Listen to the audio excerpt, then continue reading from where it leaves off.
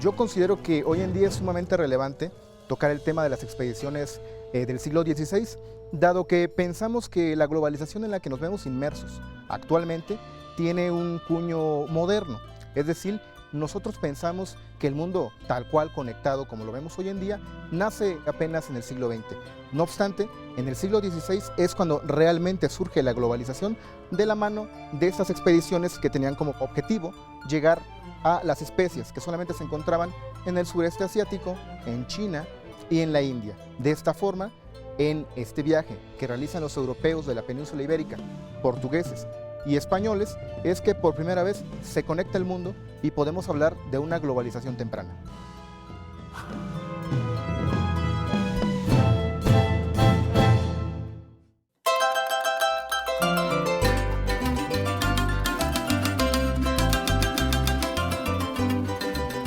Veracruz es puerto de mar y puerto aéreo. Es punto radiante de las comunicaciones terrestres nacionales e internacionales. Es enclave turístico del sureste donde el visitante goza del ambiente siempre alegre, de su gastronomía, de su musicalidad, de su cultura tanto tradicional como moderna.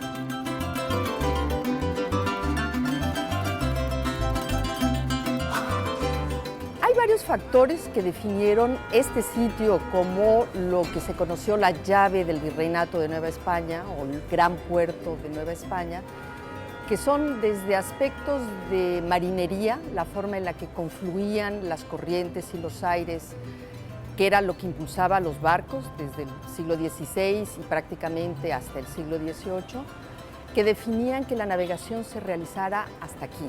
Vinieron por el Golfo de México, bordeando desde la sonda de Campeche y buscando entradas de río, y este punto después va a ser un sitio de convergencia muy importante desde tierra adentro.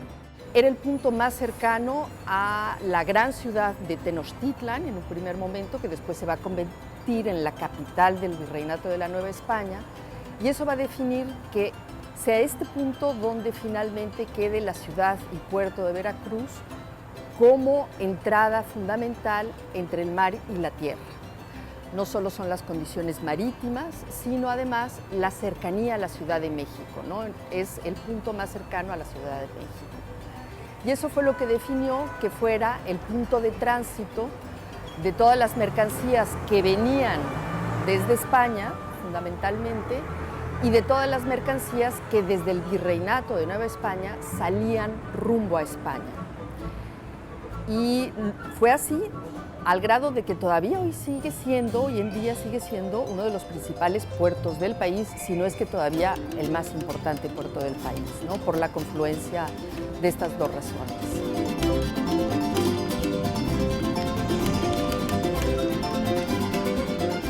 Veracruz no solamente es un puerto de salida, sino también es el puerto que comunica hacia el interior. Es de los pocos estados que tiene ríos navegables, que no tienen el resto del país, que hay problemas muy serios de comunicaciones. En cambio, Veracruz sí tiene varios ríos que comunican, son vías para llegar todos hacia el puerto. Es una tradición de muchos años. Luego estaban los dos caminos coloniales, el que iba vía Orizaba y el que iba vía Jalapa, que se reproducen con los dos ferrocarriles, el ferrocarril de Veracruz y el ferrocarril interoceánico, y que traen todos los objetos de la Ciudad de México o de distintas partes del país. Pero además una serie de rutas de ferrocarriles secundarios, si quieren de alguna manera de llamarlos, que comunican distintas zonas, sobre todo las partes más alejadas. Obviamente han destacado compañías navieras que llegan al puerto y que tienen, digamos, comunicación tanto con Europa como con los Estados Unidos. Y además que Veracruz maneja o dirige en cabeza todo el tráfico de cabotaje sobre el Golfo, tanto para los puertos secundarios que hay, digamos, en México, como para ciertos puntos del Caribe, ¿no? Entonces, en ese sentido, una de las ventajas que va ganando Veracruz es que su dotación es única, ejemplar, su dotación del sistema de transporte que conecta al puerto hacia el interior, hacia afuera, etc.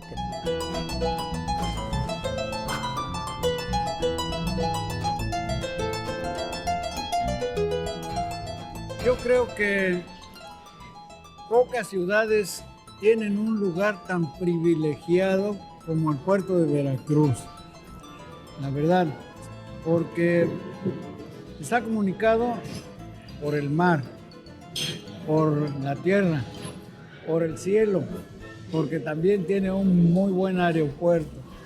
Entonces eso a mí me parece que no cualquier ciudad puede tener un privilegio de esta naturaleza. Sí, bueno, creo que es muy interesante lo que dices en el sentido de que no es casualidad, de tener en cuenta los factores que van conformando a Veracruz como un enclave estratégico importante, y creo que históricamente el puerto se ha rodeado de una serie de condiciones desde los primeros contactos de los colonizadores y conquistadores, así ha marcado su historia, ¿no? Ha habido varias condiciones ahí que permiten que Veracruz se afiance como un punto importante, ¿no? Yo creo que no fue exactamente planeado así, ¿no? Son condiciones que se fueron dando, el que haya llegado Cortés, haya tocado aquí, o el binomio con Ulúa. Son cosas que se fueron presentando y luego, pues, el vínculo que se estableció entre España y en este caso la Nueva España, pues a través del puerto de Veracruz. No, sí, totalmente. Esto no fue casuístico, ¿no? Porque si bien aquí llegaron, se fueron, pero regresaron, pero precisamente por el puerto. Porque si no hubiera sido por la ubicación del puerto, que entonces era San Juan de Ulúa y luego Veracruz, no hubiera tenido razón de ser la ciudad. Yo así lo he comentado siempre, ¿no? Veracruz se debe al puerto, por eso es ciudad y puerto de Veracruz. Son dos entes. Y bueno, sí fue la entrada de todo, ¿no? De la mercancía. Poca gente a lo mejor lo sabe, pero por aquí entró el caballo. A toda América debería haber un monumento al caballo en Veracruz. Y bueno, y ha sido puerta de entrada de toda la inmigración que conformó este hermoso país, ¿no? Y durante 500 años, como mencionabas. Sí, es algo bien interesante.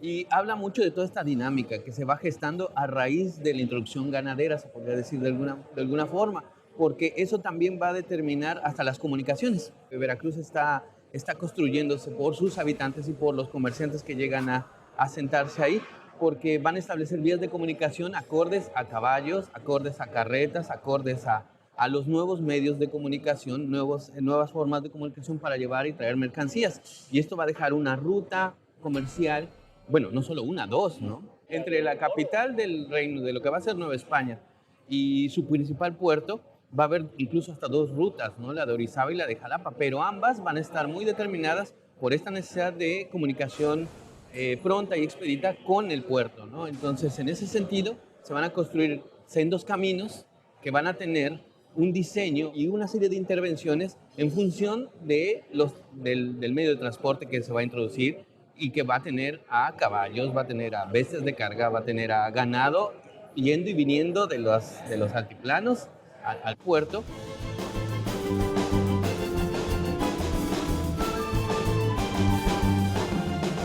Bueno, desde la época colonial, este lugar tenía por lo pronto dos ramales que lo comunicaban hacia el interior del virreinato, que eran los dos caminos que se conocían como el camino de Jalapa-Perote y el camino de Orizaba y Córdoba.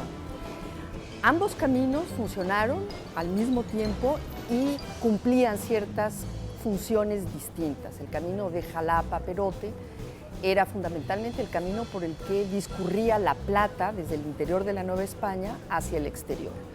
Debemos recordar que la mayor producción de Nueva España y su gran importancia comercial durante estos 300 años coloniales e inclusive después, en el siglo XIX, fue uno de los grandes productores de plata. Y la plata se convirtió en la mercancía más codiciada en todo el mundo. Y el otro camino, el camino de Orizaba y Córdoba, tenía una función con respecto a la agricultura muy importante. Era la zona donde se cultivaba el tabaco, por ejemplo, donde se cultivaba el azúcar. Entonces eran dos caminos que confluían en el puerto de Veracruz. Todas esas mercancías salían por los dos caminos y entraban por los dos caminos al mismo tiempo.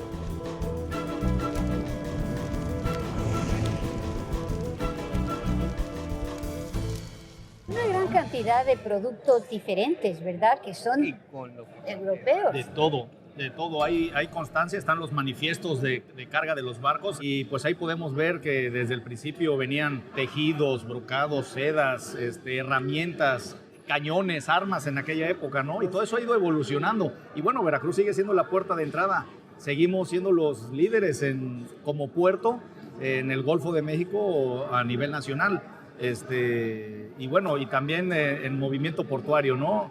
Veracruz sigue siendo líder después de 500 años. Eso, la verdad, habla mucho, no nada más de lo que entonces el puerto representa, sino de la ciudad que ha sabido mantener ese liderazgo. Y construir la infraestructura, porque una de las cosas que también ayuda a que Veracruz se afiance es que va a ser el lugar desde la colonia que va a tener esfuerzos por construir infraestructura para albergar las mercancías, los espacios donde se comercializan y establecer vías de comunicación que permitan el traslado de esas mercancías. Yo creo que a lo largo de la costa del Golfo también había otros lugares, algunos lugares de llegada, Campeche, Nautla, Tuxpan, pero eran menores en comparación a la infraestructura que ya existía aquí. Claro, y la que se fue desarrollando, ¿no? El ferrocarril, ¿no? En 1872 que llegó.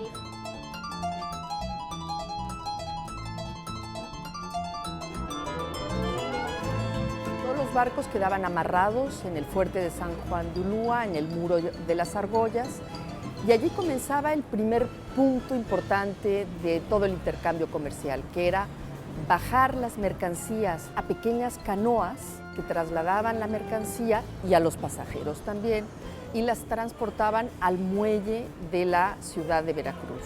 Una vez que la mercancía pasaba por las aduanas, generalmente pasaba a bodegas donde la recogerían los dueños de la carga o los que se iban a encargar de comercializarla. Y aquí entra otro elemento muy importante que son, por ejemplo, las recuas, todas las mulas que se iban a encargar del traslado, del acarreo de todas esas mercancías, ¿no? Y mientras se hacía todo este trasiego de mercancías, obviamente la gente vivía en el puerto. De todas formas, la ciudad siempre conservó una vida que parecía un poco frágil. De todas formas, era una ciudad por la que transitaban los grandes tesoros del mundo, ¿no? Y ofrecía lo necesario para vivir mientras se hacía todo este trasiego de carga y descarga. Entonces, la ciudad de Veracruz ofrecía prácticamente todo lo que era necesario, incluido la ayuda espiritual. Había iglesias y como la sanidad en el puerto era muy mala, también había hospitales donde pues pasaban sus últimos días muchos de los marineros que llegaban enfermos de mar y muchos de los que padecían aquí la fiebre amarilla. Y junto con los hospitales, casas de comerciantes que tenían aquí sus casas con sus almacenes dentro de ellas y lo necesario para ir pasando, para ir tirando en la vida portuaria, ¿no? De hecho, desde tiempos coloniales, Veracruz recibía poca atención, porque como era un clima, como llamaban, malsano, es decir, la gente se enfermaba, y los más acaudalados se subían a la ciudad de Jalapa, pues entonces pues la ciudad no tenía mucha infraestructura, tenía la aduana, pero la aduana estaba en condiciones deplorables desde finales de la colonia, se le inundaba, el muelle estaba muy deteriorado, no hubo dinero porque se atravesó la guerra de independencia. Fue hasta más o menos 1840 que se le hicieron algunos arreglos propiamente al muelle. Bueno, lógicamente la aduana estaba en Veracruz, sigue estando en Veracruz, había muchos recursos. Era un lugar estratégico, a pesar de que no tiene mucha profundidad y han tenido que dragarlo con frecuencia. Fue hasta durante el tiempo del Porfiriato que se hizo el dragado, digamos, principal y se aumentó la profundidad.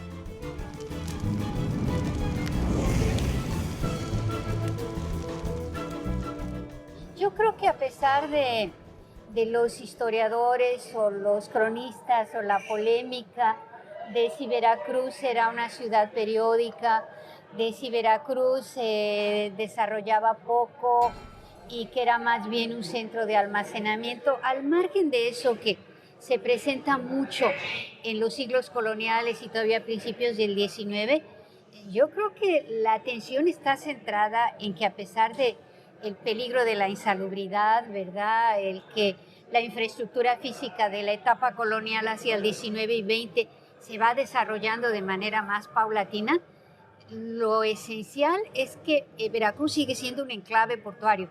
Se mantiene como un enclave portuario, que el sistema de comunicaciones hacia afuera sí, se diseñó y sigue manteniéndose hasta hoy. Totalmente de acuerdo con esta ampliación del nuevo puerto, ¿eh? O sea, está diseñado precisamente para seguir recibiendo las mercancías y seguir siendo un enclave ya más bien logístico, ¿no?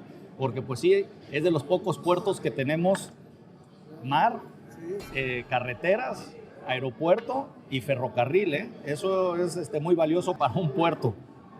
No todos lo tienen, por lo menos no en nuestras costas. Y con todas sus implicaciones, ¿no? Porque también esa misma comunicación que Veracruz desde sus inicios ha establecido con las partes internas, pues ha servido también para integrar las regiones por ejemplo, Jalapa y Orizaba, a integrarlas a las dinámicas atlánticas, ¿no?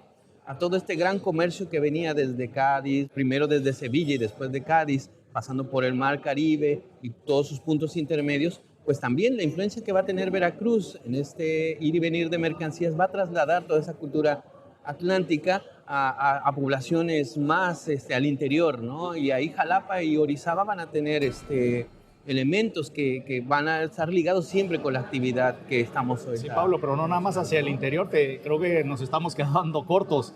Veracruz fue el primer puerto en el mundo que hizo comercio global. Acuérdate que de Filipinas llegaba a Acapulco la nao de China, el famoso galeón de Manila, de ahí a Veracruz, es decir, y así está catalogado. El Veracruz fue el primer puerto en el mundo que hizo comercio global. Y eso, la verdad, es un dato interesantísimo, ¿no? Eso es lo interesante, ¿no? Porque empezamos poco a poco a elevar la escala y nos damos cuenta que la presencia de Veracruz no solamente se restringe a unas regiones, no solamente se restringe a una zona, sino que se amplía a otros rincones, incluso a nivel mundial, ¿no? Y ahorita, como lo acabas de mencionar, pues me parece muy importante resaltar eso, ¿no? Pero poco a poco vamos de lo pequeño, de lo micro a lo macro. Y estamos en lo macro, ¿no? Entonces es muy importante ver todas estas situaciones. En toda la vida del país, Veracruz ha estado presente por sus aspectos comerciales, pero también por su posición estratégica en la revolución, en la independencia, en las guerras internas que ha habido. A mí no se me olvida, como buen abogado que soy, que las leyes de reforma se dictaron en Veracruz, puerto de Veracruz. Para mí es un punto importantísimo del avance histórico de México, como el reconocimiento de las libertades humanas.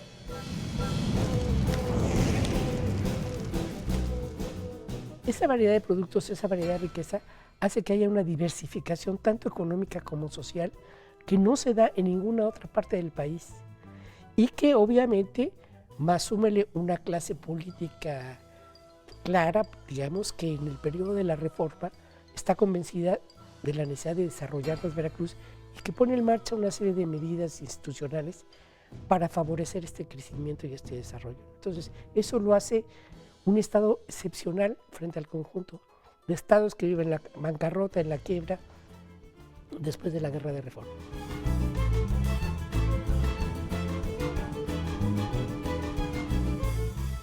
Para el siglo XIX, los puertos, en este caso mexicanos, se vuelven en general enclaves estratégicos, no solo porque son una salida al exterior en medio de una guerra civil o una ocupación extranjera, sino por la otra parte, que es que tienen las aduanas.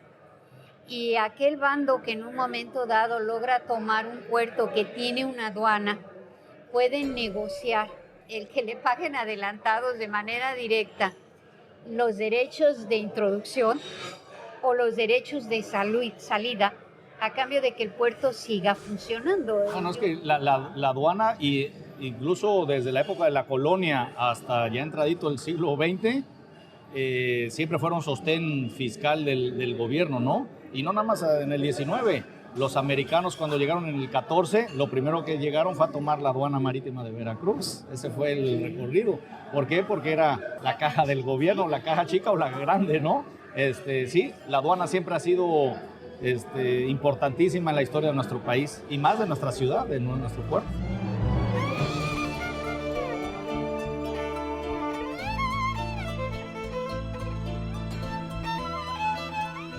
Por el modo de manejar la economía durante la colonia del Imperio Español, estaba prohibido que entraran barcos a cualquier otro lado que no fuera al puerto de Veracruz. Lógicamente, la aduana estaba en Veracruz, sigue estando en Veracruz. Veracruz es obviamente la aduana más importante, y aunque el puerto esté en estado desastroso, haya problemas salubres, haya poca población, haya cualquier cantidad de epidemias, etcétera, los gobernantes como Maximiliano pasan, digamos, de una u otra manera rápido para evitar una serie de cosas. La caja de Veracruz es realmente muy importante y es la garantía de la tesorería de que llegue. Entonces, no en balde, por ejemplo, Juárez, cuando ya llega a la Ciudad de México, pone a Pedro Santa Cecilia, que es su cuñado, a que vigile la caja para que vea de qué manera las remesas, los ingresos se mandan completos a la Ciudad de México.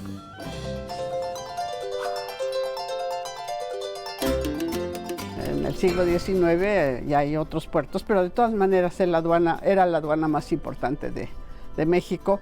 Entonces era centro de ataques cuando, sobre todo las reclamaciones extranjeras, como estábamos siempre sin dinero en el siglo XIX, pues fue centro también de bombardeos y de bloqueos. Como era la aduana más jugosa, pues cuando había un pronunciamiento, los pronunciamientos que se iniciaban en los puertos del Golfo eran muy exitosos.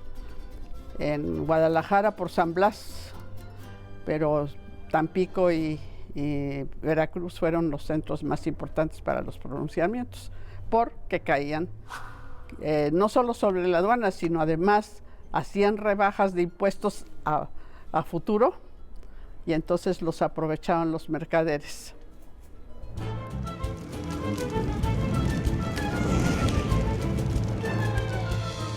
Hablamos hace poco de los factores que beneficiaban a Veracruz.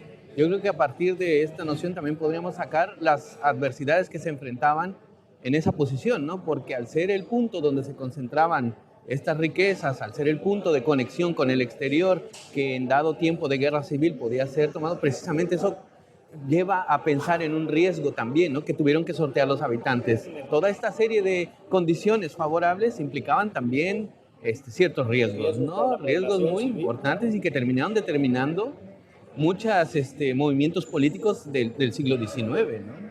No, y del siglo XX. A veces, creo que fue 2 veces capital de la República, espero no equivocarme.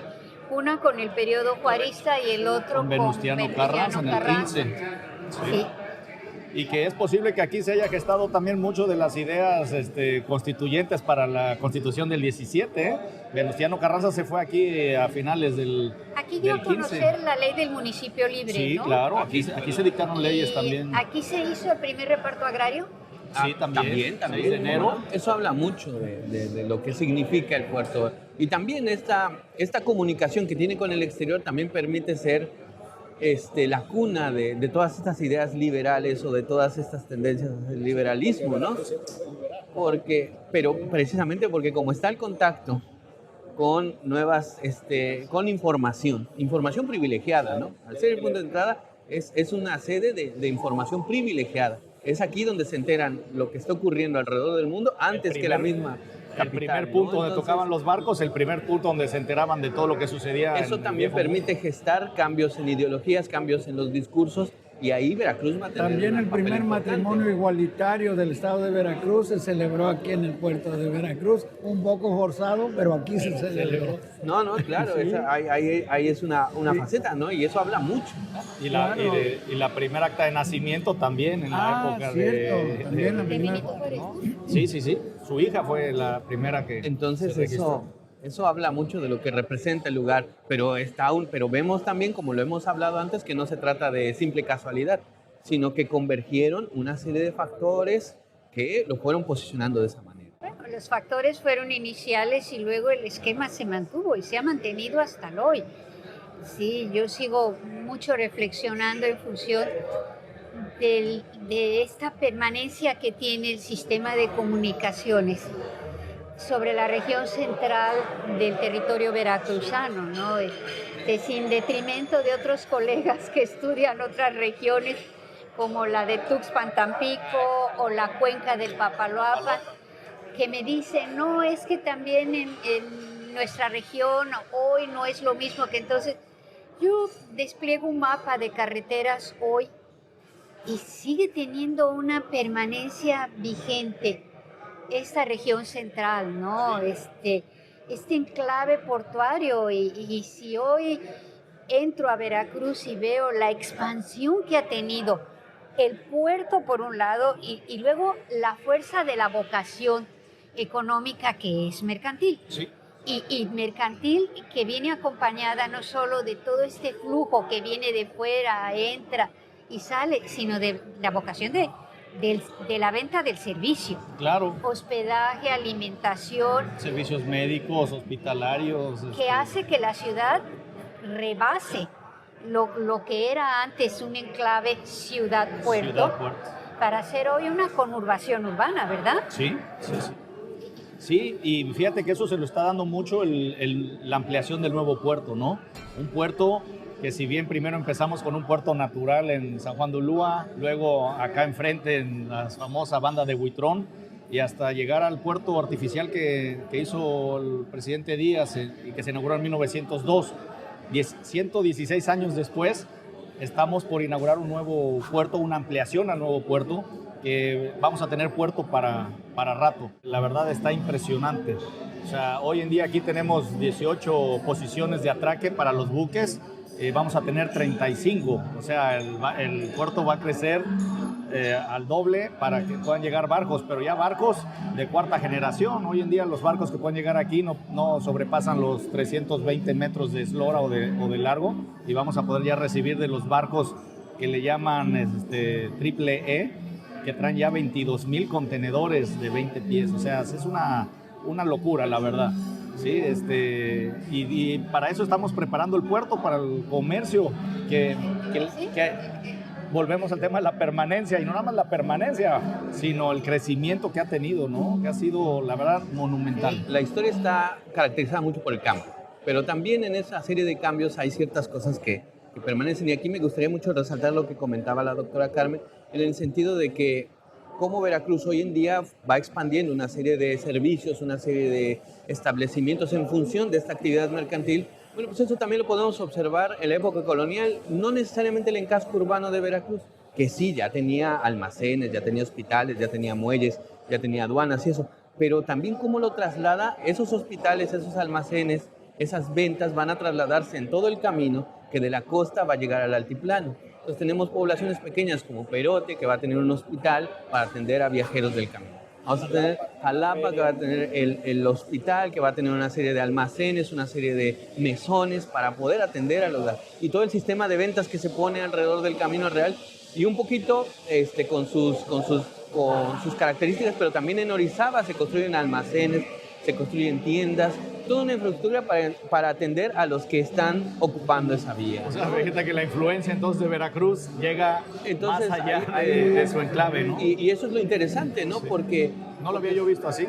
Son de esas cosas que se van viendo y que van integrando, y lo decía yo hace ratito, van integrando estas regiones interiores con el puerto, ¿no? Y eso va a desencadenar diversos procesos. He estado yo investigando un poquito los procesos de fundaciones de pueblos en la zona de Jalapa, y una cosa que me interesó mucho es la fundación de nuevos pueblos en el siglo XVIII.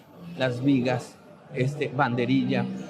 Pero ligadas al camino con Veracruz. Ligadas al camino. Sí. Entonces son pueblos sujetos a poblaciones que están en la Sierra Tlacolula, en Jilotepec, que buscan de alguna manera... Una parte de ellos surgen como ventas, como puntos de parada. De las recuas y de las diligencias, ¿no? Sí, sí. Pues el mismo nombre de banderilla, a que te refieres, pues representa eso, el paro del vehículo con una bandera para decir hacer notar que hay pasaje o que hay carga, ¿no? Y por eso el pueblo de Banderilla se llama todavía así. Cuando no salía el sujeto con la bandera, la diligencia se seguía derecho. Entonces, esos procesos locales nos permiten ver la influencia muy fuerte y habla mucho de esta incorporación de nuevos espacios en función de lo que comentaba la doctora Carmen, ¿no? Entonces, en ese sentido, me resulta a mí súper interesante ver cómo se van construyendo. Como dice la doctora, hay un proceso inicial, pero después hay un afianzamiento y ahí permanece el puerto como un Lo que me apasiona es ver la permanencia. La permanencia, ¿no? de una serie de elementos. A lo mejor a veces hoy en día por los medios de comunicación que tenemos se nos hace relativo pensar en un camino con carretas y animales de carga que cruce de la costa al altiplano, pero en su momento era algo muy importante porque aseguraba la comunicación directa. Era la única, un punto y otro, ¿no? La única forma de comunicar. Entonces, pero ahí vamos a eso, también volvemos a la situación de la conservación de ciertos elementos y tenemos esto, ¿no? De que las comunicaciones siempre han, en sus particulares formas y en sus particulares tiempos, buscado la comunicación directa para que siempre se asuma que Jalapa y Veracruz o Orizaba y Veracruz estén más cerca de lo que aparentan en distancia. Bueno, es que para el comercio el tiempo es dinero, ¿eh? Entonces, mientras menos tiempo de tránsito, más rápido realizas la mercancía, más rápido cobras y más rápido puedes volver a comprar. Entonces, pues sí, y a eso también nos lleva a pensar cómo revolucionó la función de las carreteras esta cuestión de los tiempos, el comercio, ¿no? Pero esta dinámica se sigue manteniendo. Los medios se van a agilizar, se van a hacer puertos más grandes, se van a hacer caminos más eficientes, pero la relación es la que permanece, ¿no? Entonces es bien interesante ver cómo... La otra cosa es que un enclave portuario como el que estamos viendo, como el que estamos platicando, lleva también a reflexionar en cómo se conforma la sociedad y la fuerza del sector mercantil.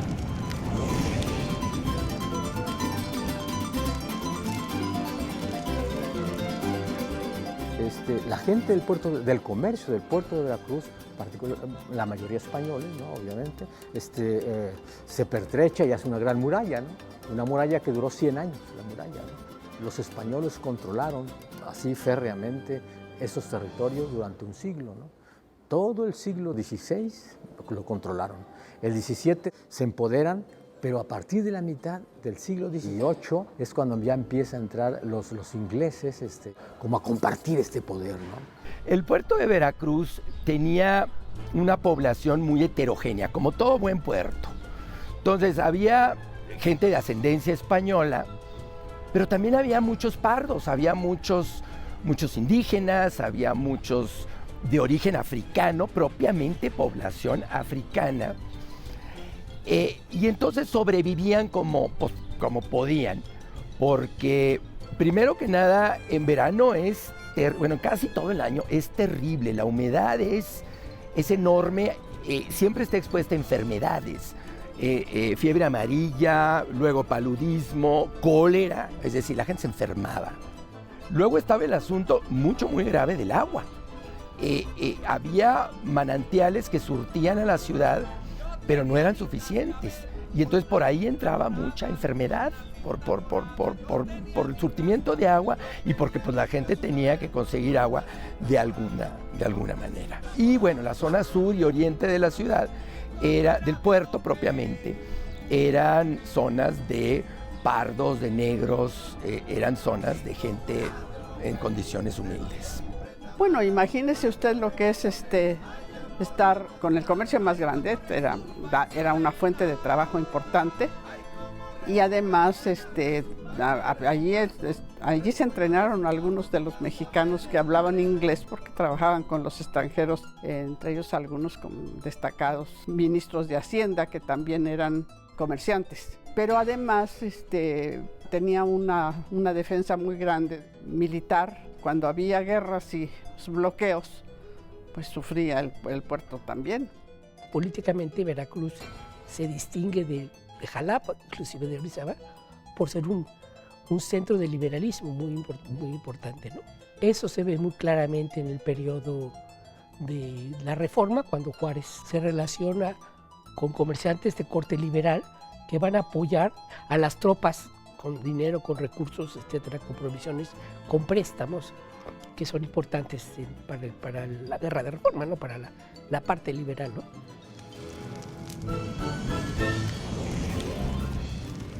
Siglo XIX, los ministros de Hacienda del gobierno federal fueron veracruzanos. Así es.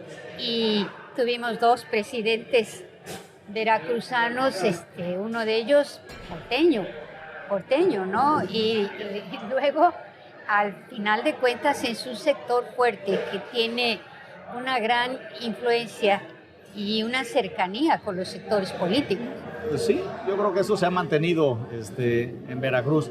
Y en el ámbito, como dices, no nada más político, sino comercial, los ministros de Hacienda eran porteños.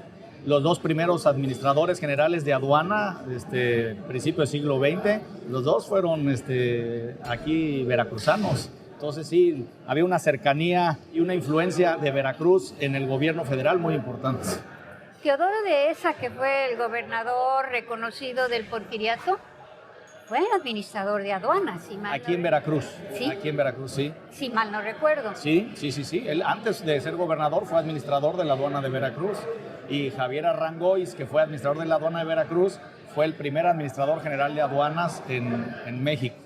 Y luego su segundo, Guillermo Mertens, que había sido el socio gerente de la casa Guillermo Bussing y compañía, que estaba aquí precisamente en los portales, fue el segundo administrador general de aduanas, y posteriormente él fue administrador de la aduana de Veracruz. O sea, siempre hubo una relación íntima con las fuerzas políticas y económicas. Y hay 2 figuras nacionales del siglo XIX que también muestran esa fuerza quizás de otra manera. Una es Manuel Gutiérrez Zamora, que fue gobernador, pero proviene de una familia de comerciantes porteños de la época de comercio colonial. Colonial, sí. Y el otro es Miguel Lerdo de Tejada. Más Miguel que Sebastián, porque fue el autor de la ley de desamortización y parte de las leyes de reforma. Miguel, sí. Miguel, claro, en su momento parte de un grupo, dentro del grupo de los liberales, que pensaba más en la liberalización del comercio y de los medios de producción, y a quien no le costaba trabajo el establecer relaciones, por ejemplo, con banqueros o con otro tipo de inversionistas. Pareciera como si el capital no tuviese nacionalidad. Había una afinidad con otros liberales en el sentido de sí querían el capital invertido aquí que viniera de otros países siempre y cuando respetaran las leyes mexicanas, ¿no? Pero, por ejemplo, Miguel Lerdo de Tejada proviene también de una familia de comerciantes porteños de la época colonial. Así es, sí. Y su hermano Sebastián llegó a la presidencia de la República, sustituyendo a Benito Juárez. O sea que ahí hablamos otra vez de la relación comerciantes políticos, ¿no? De un enclave portuario. Así es. Yo creo que todo esto que decimos es muy justo, no estamos exagerando y no estamos diciendo nada para opacar a nadie. Estamos señalando simplemente... Pero además es para presumirse. Y aunque en un momento dado sí les pueda, es una realidad. Vamos, es cuestión de recordar nuestro pasado histórico para ver el papel determinante que tienen en ese desarrollo algunos enclaves, y el puerto de Veracruz como la Ciudad de México, o para el Bajío, Guadalajara, ¿sí? O para la Costa Chica, Oaxaca, ¿sí? O para Yucatán, Mérida. Pues en el caso de Veracruz tuvo un papel determinante. Las guerras de intervención entraron por aquí, sí, la guerra de los pasteles, la guerra del 47 con los norteamericanos, el imperio francés entró por aquí, la invasión del 14 entró por aquí. Algo dice eso de lo que al final de cuentas se fue conformando aquí en el proceso histórico de México. ¿Por qué Tuxpan, que está más cerca de lo que es la Ciudad de México, no ha tenido el boom que tiene Veracruz? Hay que recordar que son puertos fluviales, no son puertos marítimos. O sea, están dentro del río y eso también tiene sus limitaciones de dragado, o sea, de profundidad para los barcos, las vías de comunicación. Veracruz, lo que comentábamos al principio, tiene mar, carretera y ferrocarril. Tuxpan no tiene ferrocarril, entonces esa es una limitante para que un puerto que pueda hoy en día competir con comercio global, pues tiene que tener todas las vías de comunicación y eso hace Veracruz único. Tampico también es fluvial y por eso se quedó corto, además lo abarcó la mancha urbana y bueno, Tampico ahora se ha trasladado lo que es la aduana y el crecimiento portuario a Altamira, que sí es un puerto marítimo, ¿no? Esa es la razón por la que Veracruz pudo permanecer y seguir creciendo. La otra cosa, al final de cuentas, tiene que ver con esos inicios. Exactamente. ¿Sí? Claro.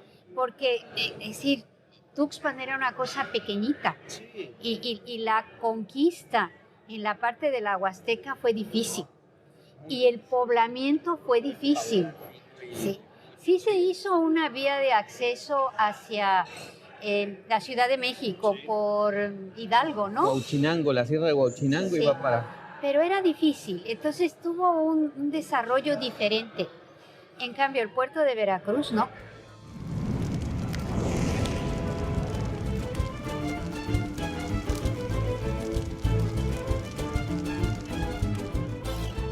Cambia la traza urbana de una u otra manera, entra la electricidad, entra, digamos, los servicios públicos, tranvías y demás, que van a ser una ciudad, de Veracruz van a ser una ciudad moderna en muy poco tiempo, en cuestión, ¿qué le puedo decir?, de los 80 a 1900.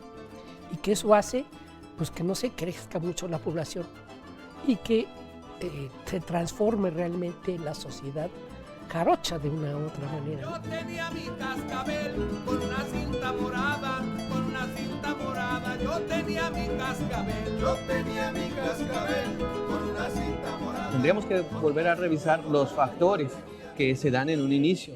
Y uno muy importante, y perdonarán que a lo mejor sigo de necio, es ese camino real. Cuando se establece un camino real, un camino carretero, entre la década de los 20 y la década de los 30 del siglo XVI, ahí ya se fija un enclave importante de ruta para los medios de comunicación europeos. Y cabe mencionar también que pues una de las facetas de la Veracruz itinerante fue ser puerto pluvial cuando estuvo en la Antigua. Cuando estuvo en la Antigua fue un puerto de río y, como dice la doctora, las ocupaciones y la colonización de ciertos espacios fue mucho más paulatina y más problemática que lo que ocurre en Veracruz, que ya tiene todos estos enclaves, ¿no? Entonces, eso también es bien importante señalarlo, de que en un inicio se forma una población pluvial, pero que tiene un camino, y ese camino va a afianzar los traslados entre la costa y el altiplano de una manera, pues, eficiente. Para mediados del siglo XVI no hay otro camino. Porque los otros sí podría haber, pero tenemos en cuenta de que no eran caminos adaptados para poder trasladar estas bestias, para poder trasladar estos carros.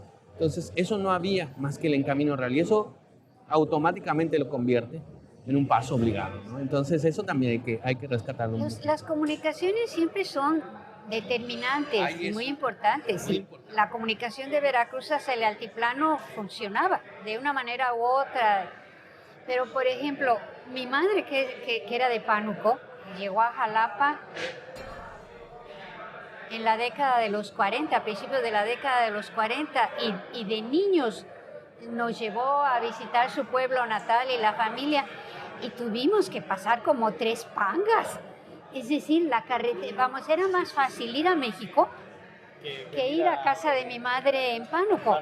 Y eso que era parte de un campamento petrolero. Y si uno pensaba en ir, por ejemplo, a Tlacotalpa, recuerdo todavía... La panga de Boca del Río, para empezar. Sí, ¿sí? Y luego el cruzar, ¿no? Hacia Tlacotalpa. Cuando no había creciente y no podía uno entrar. Porque mucha de esa comunicación era marítima, fluvial, con los pileboats y los barquitos de cabotaje. porque Tlacotalpan fue un punto comercial también muy importante, y ni se diga Alvarado, pero volvemos a lo mismo, todos eran puertos fluviales. O sea, Veracruz era realmente el único marítimo, ¿no? Si nos vamos a Coatzacoalcos, Alvarado, Tlacotalpan, que fueron incluso puertos de altura en algún momento cuando Veracruz se cerraba por las guerras. Boquilla de Piedras, no me olvides a Boquilla de Piedras. También lo mencionamos. Yo creo que puertos pequeñitos como Nautla o Tecolutla durante la guerra de insurgencia parecieran como muy importantes o les parecieron importantes, o por ahí nos dejan noticia de que los insurgentes los rodean, pero tiene más que ver con su intento de buscar un acceso hacia el exterior para poder comprar de alguna manera o tener algo de armamento, algo de municiones que no iban a conseguir aquí, a través del puerto de Veracruz. Porque el puerto legal era el puerto vigilado, no iba a ser posible. Los otros estaban muy rudimentarios.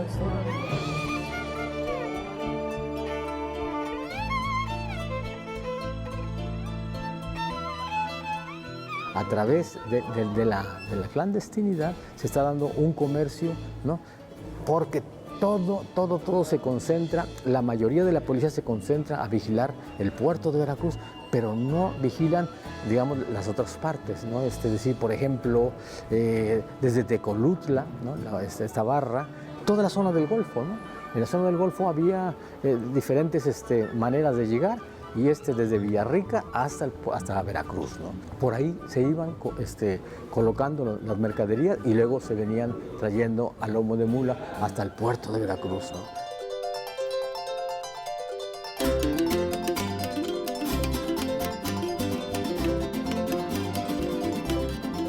Eso también es otra implicación, ¿no? Al ser el puerto legal, al ser el puerto de comercio oficial del virreinato, pues también propició estos puntos subalternos, estos puntos donde había contrabando, donde había esto, que también influyeron mucho y enriquecieron la cultura costera. Todo el principio del siglo XX, muchas de las casas comerciales de aquí de Veracruz que se dedicaban precisamente a la importación, exportación o a los trámites en la aduana, tenían sus barquitos de cabotaje, porque se hacía desde Nautla, Veracruz, Coatzacoalcos, frontera Tabasco, y llegaban hasta Progreso en Yucatán.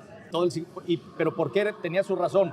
No había esas vías de comunicación, carreteras que se desarrollaron ya hasta... Yo creo que como de la década de los 50 en adelante, 60 en adelante, ¿no? Claro, y también, bueno, el automóvil llegó a Veracruz en la segunda década. Llegó por ahí de 1920, 22. Entonces, si no había automóvil, había menos camión. Entonces, ¿cómo se transportaba? Todo por vía marítima y fluvial, ¿no? Entonces, era la razón. Después se desarrollaron las carreteras y, bueno, el cabotaje decayó. Pero hay un potencial ahí enorme para nuestros litorales mexicanos. Y hay algo bien importante. De las primeras carreteras de estos 20 del siglo XX, ¿cuáles van a ser? Las rutas del Camino Real. Ahí está el caso de William Cabún, que abre el paso carretero un tanto abandonado por la fuerte influencia del ferrocarril en el siglo XIX. Él abre el camino carretero para que trasladen por ahí los vehículos, ¿no? Entonces hay infraestructura que se hizo antes que va a servir. Va a seguir sirviendo. Sí. Se va a buscar y ya después vendrán otras adecuaciones, pero lo primero que se piensa cuando hay un vehículo nuevo, automotriz, que pueda hacerse, se piensa sobre ese Camino Real, por donde antes pasaban carretas. Para finalizar, quiero decir que nos falta una comunicación. Tenemos como comunicación con el cielo. Aquí enfrente mataron al padre Darío, que ahora es santo. Darío Acosta Zurita, naulinqueño. Y en la guerra cristera, en todo el problema que se planteó político y de fanatización y desfanatización, el padre Darío Acosta, estando dando misa, fue baleado y fue muerto. Y ahora tenemos un santo canonizado hace pocos años. O sea que tenemos comunicación también directa con el cielo. Muchas gracias. Interesantísimo. Muchas gracias. Muchas gracias. Muy a gusto la plática. Bueno.